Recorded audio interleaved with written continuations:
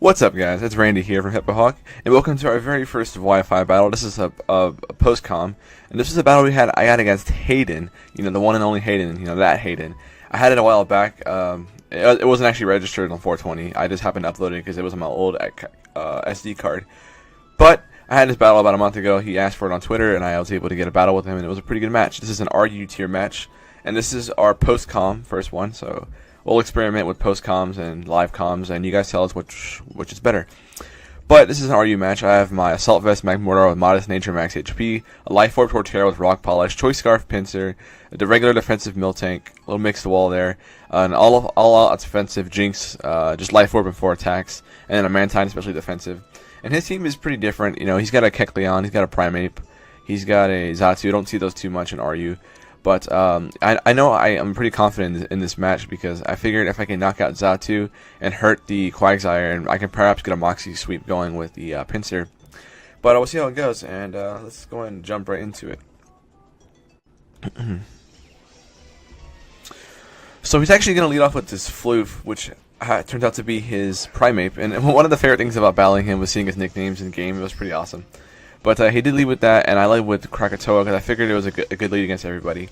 So I went ahead and just went for the Sidekick as he went for the U-turn. I figured he wouldn't expect it if he stayed in an Earthquake or something, because Sidekick isn't all that common on Magmortar. But he does make a pretty good switch and goes into Quagsire, predicting a Fire-type move. But I am Modest Nature Assault Vest, so this Sidekick actually does a pretty good chunk to Quagsire, so I was happy with that damage. I do see he has leftovers, and I know I can't stay in here because I don't have HP Grass. I had Psychic over that. This is an older set, so that's why I did that. So here I actually went into Mantine because I figured he'd go for a Scald if not an Earthquake. So here I actually go for the. I was thinking about what I should do here, and I went ahead and banked on the fact that he had Unaware and not Water Absorb, and I was correct thankfully. And I figured he did because I feel like Unaware is a better ability for Quagsire. I actually did Quagmire. I keep forgetting the names, but yeah, I figured it's a good ability because you can avoid any setup mons, and for that reason. Well, you actually just go for a Toxic, and it's kind of annoying, but I figured on this next turn, what should I do here? I just figured I'd go for a Scald again because it will knock out the Quagsire, as well as perhaps burn whatever mana comes in. I figured his only switch-in would be the Xatu, if not perhaps a bulkier Kecleon, but he actually does decide to stand and sack off his Quagsire. So getting that out of the way was pretty cool because now Pincer's his sweeping ability is now up the charts, assuming I can get rid of the Xatu. So that's Mantine taking toxic damage. It's kind of annoying there. That's kind of annoying, but it's the only way to take down Mantine besides an electric type move, really. So here he finally brings in his Xatu. I'm assuming it was a special wall here, so I couldn't do much to it. I don't have Ice Beam or anything. I was more of a support set. So here I go into Krakatoa because I do have the Thunderbolt for this thing, as he does go for Psyshock, which is a pretty good play there, pretty safe play. And that's a pretty good chunk to my Krakatoa, considering I am max HP. Actually looking back, I think I was Choice Specs. The HP's kind of low. Yeah, I was Choice Specs here. I wasn't Assault Vest. My bad. I don't remember these sets. This happened like over a month ago. But he does knock me out with another Psyshock, and I figured the sacking it was a good plan. So here I bring in Jinx, and again, it's Life Orb all attacks. So I figured I'd just go straight for an Ice Beam. If he brought in Pyroar, Pyroar wouldn't appreciate a Life Orb Ice Beam from Jinx. Because Jinx is pretty powerful. So here's looking pretty good. I got both of his walls out of the way, so losing both of his walls kind of destroyed him. And here comes Misappear, and this Mon was really threatening to my team, knowing what I know now about it. But I go for an Ice Beam, and that does a pretty good chunk, so I knew it was either Invested or Assault Vest. And seeing that Power Up Punch, I knew he had to be Assault Vest from that point in time. Because Kecleon has pretty good special bulk. I don't know if you guys know that too much, but Kecleon does have pretty good bulk. So he does go for the Power Up Punch here, and the next turn he's able to knock me out with a Stab Shadow Sneak. Kecleon is so good Protein. It's pretty underrated in RU, and I'll definitely have to check it out another time.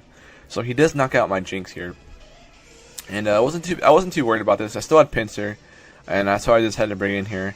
And here I decided to go for Knockoff. It was a pretty safe play. I knew he couldn't touch me with much, and he actually brings in Miss Maggie on this play. So this is a really good play for me because I was able to knock out one shot. This Miss Maggie is clean with a Choice Scarf Knockoff. I believe I'm Adamant Nature too, and I actually don't recall that either. But I do knock out Miss Maggie, so that was pretty good. It was kind of threatening in case it was maybe a Calm Mind sub or maybe a Choice Spec or Scarf. But here he brings in his Pyroar, and here I know knockoff would knock him out even at +1, even with an item, and even if he had Focus Sash, perhaps that was a problem. So I made the safest play here and went into Mantine. Actually, he goes for Overheat, which is a safe play as well. Well, not really that safe. Hyper Voice would have been a safer play, but he just assumed maybe I would stay in and try to one-shot him. And at this point, I wasn't sure if he was Specs or Sash. And looking at that damage, I would probably have to assume that was Sash, because I feel like Specs would do a bit more, despite me being a Mantine. And Mantine is pretty fat on the special side. So here he switches out, and I think at that point I knew he was probably Choice Specs. But here he brings in Floof, because I'm assuming he had Rock Slide. And I went for Scald, of course, safe play. And I was hoping for a burn here. I knew if I could catch a burn, that'd be really good for me. But unfortunately for me, I don't catch it. But it's all good, though. It's Scald. It's 30%, not 90%. So here, I believe I decided to just stay in and go for Scald again. And let him do what he wants to do. Yeah, he actually goes for Stone Edge here, not Rock Slide, my bad. And he is able to one-shot my Mantine. My HP cannot save me there. So Mantine is down. So I believe I lost one wall, but here I bring in Miltank because I knew he was Scarfed or Banded, so I knew Stone Edge wouldn't do much to me. So here I just go straight for I think it was Body Slam, or maybe it was Stealth Rock here. I don't recall. Maybe it was Body Slam. So I'll do Body Slam, hoping for a paralysis perhaps. And this is a pretty decent amount to miss up here. And I'll let you guys know right now, this part of the battle was pretty freaking intense. I do get a paralysis on his low HP here, and I figured, alright, this thing's done, but he goes for a Drain Punch. Stab, Drain Punch, I figured it would do a pretty good chunk, being Stab, and, but Miltank, yeah, and I figured it would do a lot, but Miltank's able to tank that a little bit. Again, this was a mixed wall rather than a fully defensive Miltank. Just recovering my leftovers, the jiggly titties of the Miltank. And here I just continued to spam Body Slam because I figured he could knock me out. Eventually he would get paralyzed, and here he does. Now this next play, was pretty good. Haydunn is a badass. He's a badass. So he actually goes for Shadow Sneak, and I figured, wait, why would he do this? It wouldn't touch me. But he does it for the fact that I can't touch him because I didn't bring Scrappy Miltank. Thick Fat's just obviously better on a defensive Miltank. But I'll have to consider using Scrappy from now on because, I went Body Slam again, as he made a really good smart play and go for Drain Punch there, so I'm able to miss out on him being Ghost type, and then he goes back into Fighting type after Drain Punching. So, the next play I was contemplating if I should Milk Drink or perhaps go for Body Slam, but I figured if I went Milk Drink, he would probably take advantage and go for Power Up Punches and try to knock me out. So I just kept going Body Slams, hoping that I would paralyze him, and eventually I would pressure him to just to lose, eventually get paralyzed, eventually. But again, he does go for Power Up Punch, probably predicting a Milk Drink there.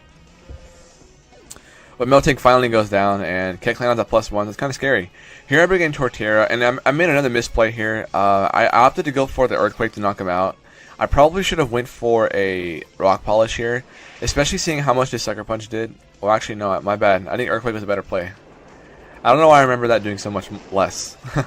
But yeah, I actually go for Earthquake to knock it out. I actually did have Rock Polish on this set. Life Orb Rock Polish, so unfortunately he couldn't do much in this battle. And Floop's going to come in, obviously outspeeds me with the Choice Scarf. And of course Torterra's slow as hell. So here he knocks me out with a U-turn.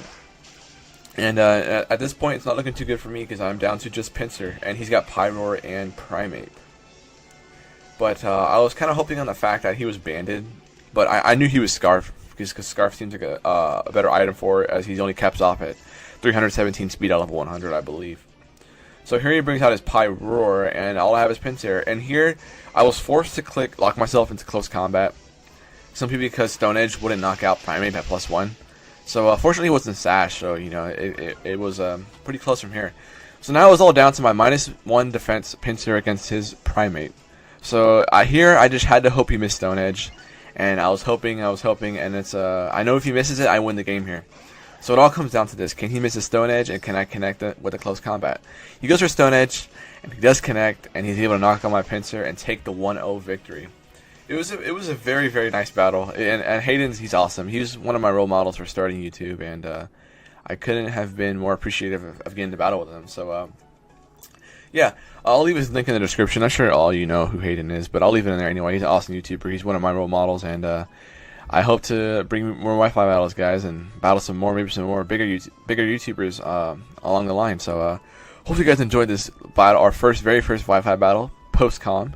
I'll be trying to post some live ones in the coming weeks, and you guys tell me which one you like better. So that's all I got for today, guys. Go Cougs.